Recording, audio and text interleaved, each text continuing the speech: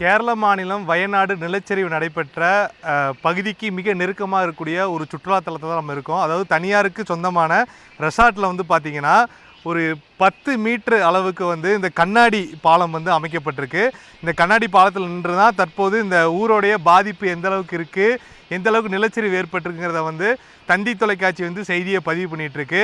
நம்ம முன்கூட்டியே செய்தி பதிவு பண்ணியிருந்தோம். அதாவது இந்த சூரல்மலா முண்டகை பகுதியில் நூற்றுக்கணக்கான ரெசார்ட்டுகள் மற்றும் தங்கும் விடுதிகள் வந்து இருக்குது.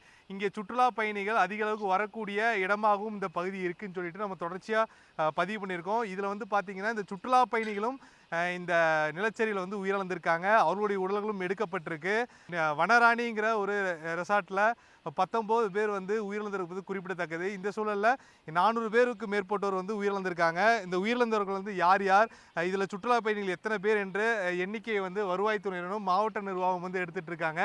மிக நெருக்கமாக இந்த நிலச்சரிவு ஏற்பட்ட இடங்களில் இது போன்ற ரிசார்ட்டுகள் அதிகமாக இருக்குது. அதனுடைய புள்ளி விவரங்களையும் வந்து காவல்துறை எடுத்துகிட்டு இருக்காங்க. அதே சமயம் இங்கே இருக்கக்கூடிய சிசிடிவி கேமரா காட்சிகளை வந்து ஆய்வு செய்யக்கூடிய பணியில் ஈடுபட்டிருக்காங்க.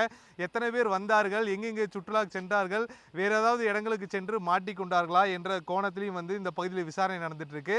தந்தி தொலைக்காட்சி இந்த பகுதியில் நிலச்சரிவில் எந்தெந்த அளவுக்கு பாதிப்பு ஏற்பட்டிருக்கு, எப்படிலாம் பாதிப்பு ஏற்பட்டிருக்குங்கிறத வந்து முழுவதுமாக நம்ம பதிவு பண்ணியிருக்கோம். அதன் ஒரு பகுதியாக தான் இந்த கண்ணாடி பாலத்தில் இருந்து நம்ம இந்த செய்தியை பதிவு பண்ணியிருக்கோம். களத்திலிருந்து செய்திகளுக்காக ஒளிப்பதிவாளர் காலினுடன் செய்தியாளர் கார்த்திக்.